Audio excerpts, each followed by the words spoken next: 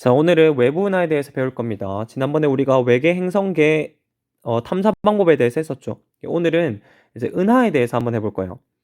그래서 외부 은하들은 어떤 것들이 있는가, 어떤 형태가 있는가 이런 것들에 대해서 할 건데 그런 걸 하기에 앞서서 먼저 우주의 구조에 대해서 한번 해볼 거예요. 자, 우주의 기본 단위라고 할 수 있는 별이 이렇게 있어요. 별. 자, 이 별들은 모여가지고 성단이라는 집단을 이룹니다. 물론 성단에 포함되지 않는 별들도 있어요. 우리 태양처럼 성단에 포함되지 않는 별들도 있죠. 그래서 이 별들을 포함해서, 그러니까 이 별들을 다 이렇게 포함해서 우리는 은하라고 이름을 붙이고요. 그리고 세상에는 은하들이 많겠죠. 이 은하들을 포함해서 은하들을 집단을 이루면 은하군이라고 말을 해요. 은하군. 물론 역시 은하군에 포함되지 않는 은하들도 많아요.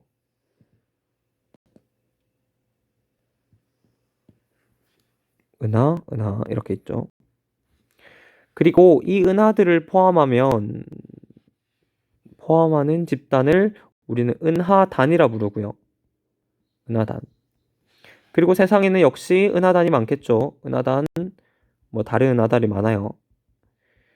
자, 이 은하단을 포함해서 우리는 초은하단이라 부르고요. 초은하단. 역시 세상에는 초은하단이 많아요. 초은하단. 이런 것들을 포함해서 우리는 우주라고 부릅니다. 그래서 집단을 보면 별부터 시작해가지고 뭐 은하단, 뭐 초은하단, 우주 이런 걸 이룬다. 그래서 오늘은 여기 있는 은하에 대해서 할 거다. 이렇게 여러분들이 생각을 해주면 될 것 같아요. 자, 왼쪽으로 다시 돌아올게요. 자, 외부 은하들의 다양한 형태라고 하는데 기본적으로 허블이라는 과학자가 외부 은하들을 관찰하고 이거를 분류했습니다. 여기 한번 볼게요.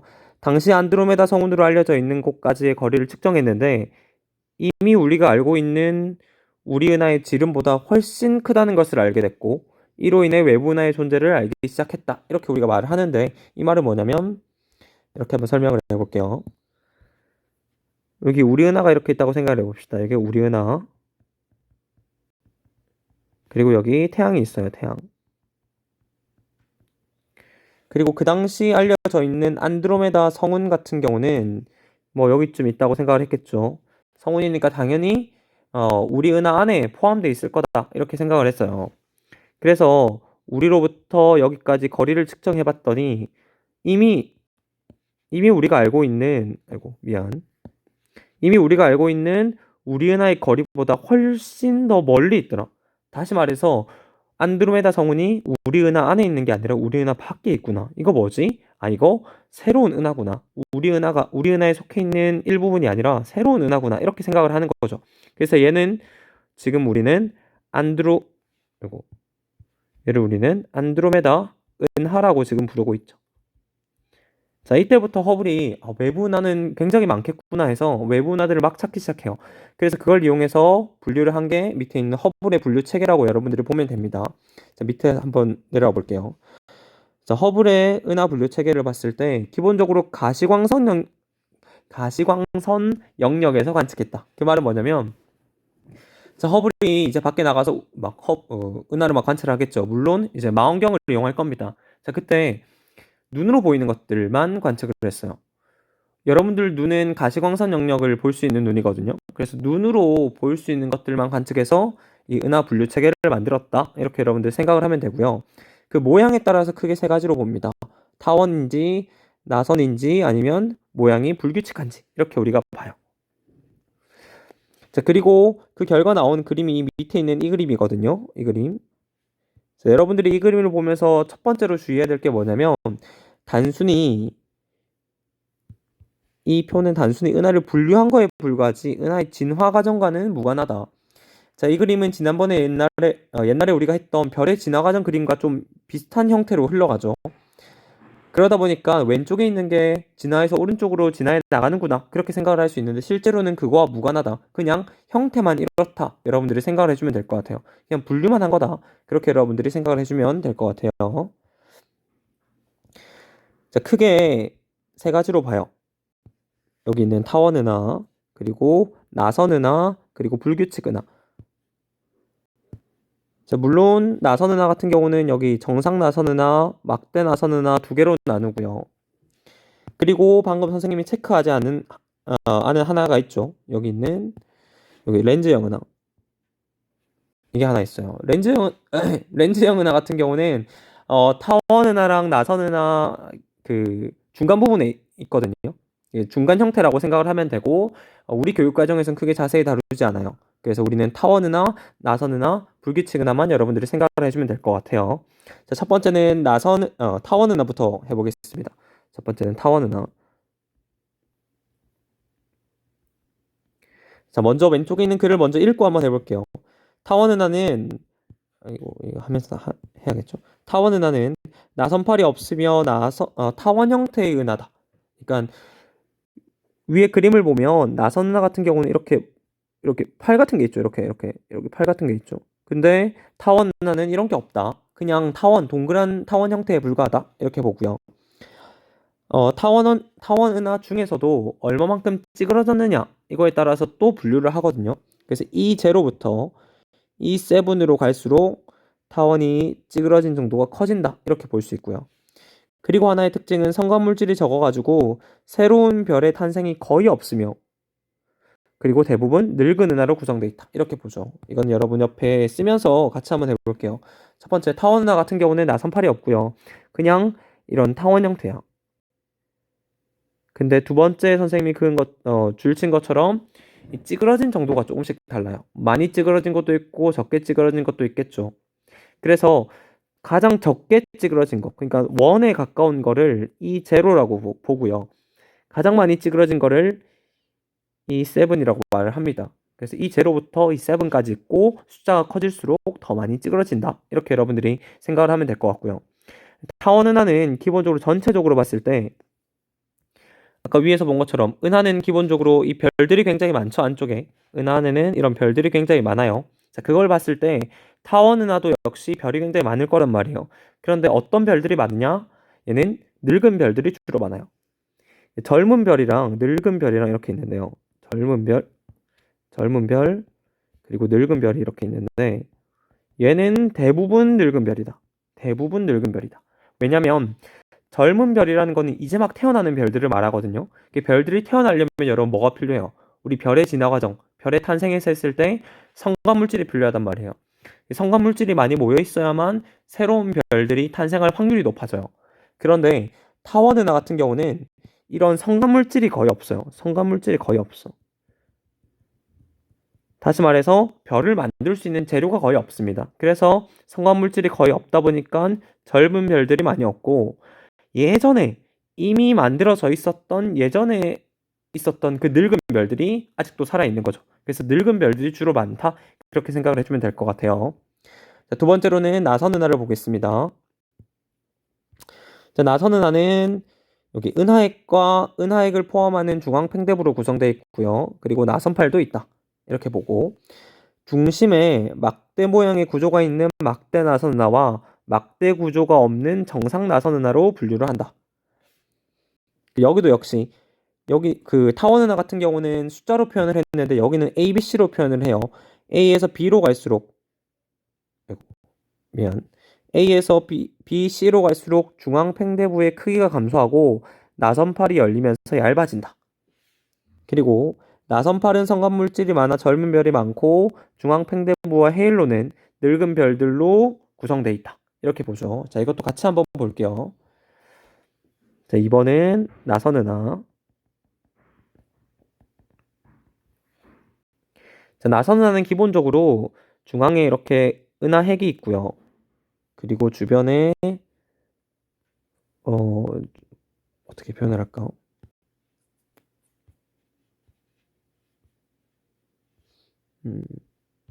주변에 이런 팽대부가 있고 그리고 주변에 뭐가 있냐면 이렇게 화살표 필요 없죠. 이렇게 이런 나선팔이 있다. 이렇게 생각을 해주면 될 것 같아요. 뭐 꼭 하나는 아니야, 여러분. 나선팔이 아니다. 이렇게 그리는 것보다 이렇게 그려야겠죠. 다시 해볼게. 여기 은하핵, 그리고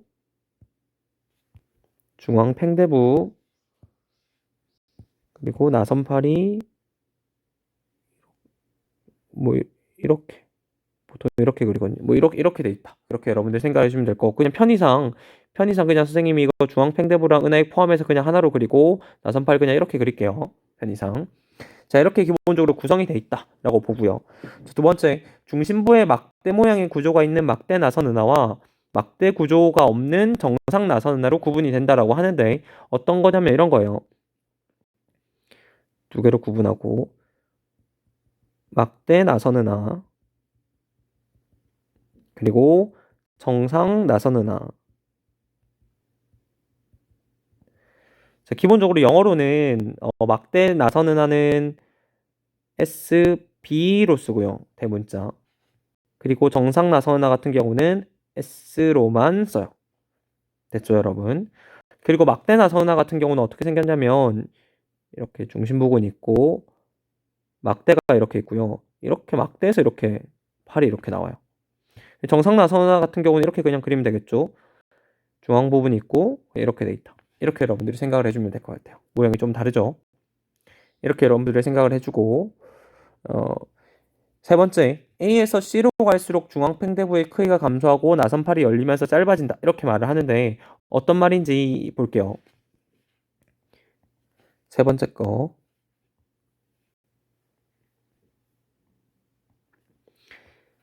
그 타원 은하 같은 경우는 여기 숫자로 표현을 했죠. 근데 나선 은하 같은 경우는 A, B, C로 표현을 해요. A, B, C로 표현을 하고요.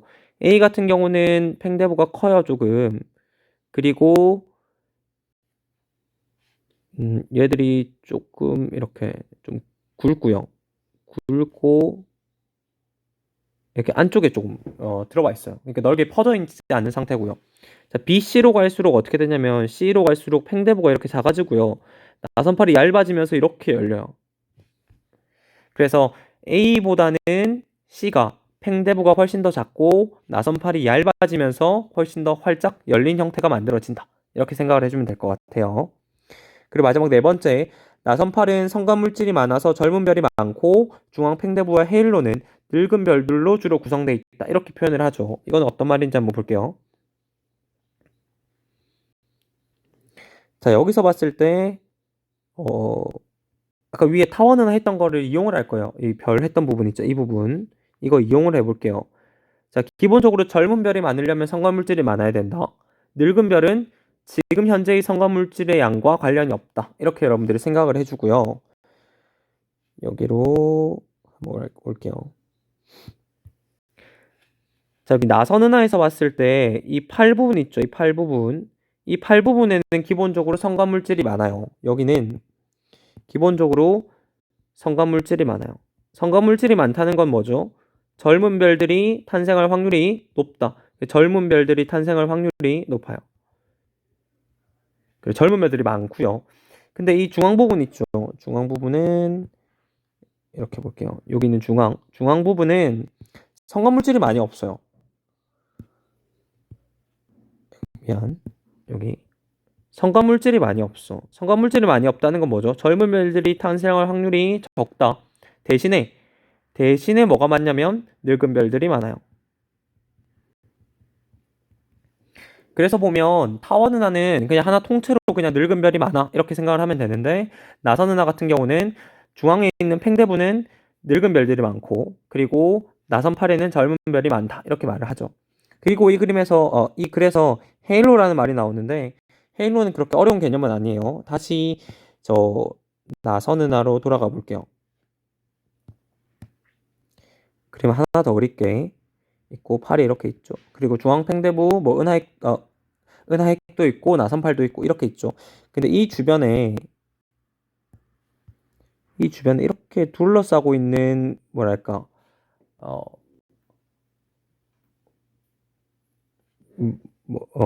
다른 천체들의 집단이라고 생각을 할게요. 얘를 둘러싸고 있는 천체들이라고 생각을 하면 되는데, 이걸 우리가 헤일로라고 말해요. 헤일로. 그래서 이 헤일로도 역시 늙은 별들로 구성되어 있다. 이 헤일로 같은 경우는 이 위에 있는 그림에 여기 있는 나선 은하의 그림에는 잘 나타나지 않죠.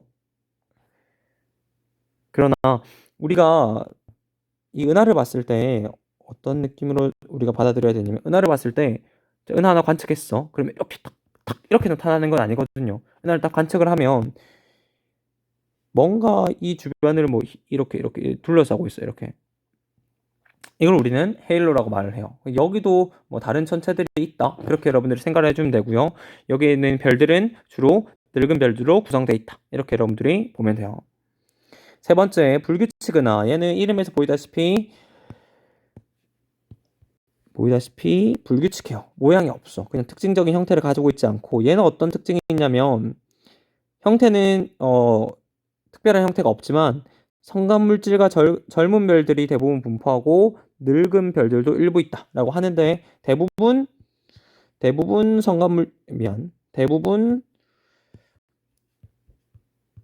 이 성간물질이랑 젊은 별들이 많다. 다시 말해서 젊은 별들이 대부분 많다. 그렇게 여러분들이 생각을 해주면 될 것 같아요. 됐죠, 여러분? 여기까지. 하나만 더 할게요. 특이 은하는 다음 시간에 하고요. 하나만 더 할게요. 이 별의 종류와 색깔을 한번 연결시켜 볼게요. 별의 종류와 색깔. 젊은 별들이 있고요. 아이고, 여기다가 별결할게요. 젊은 별들이 있고요.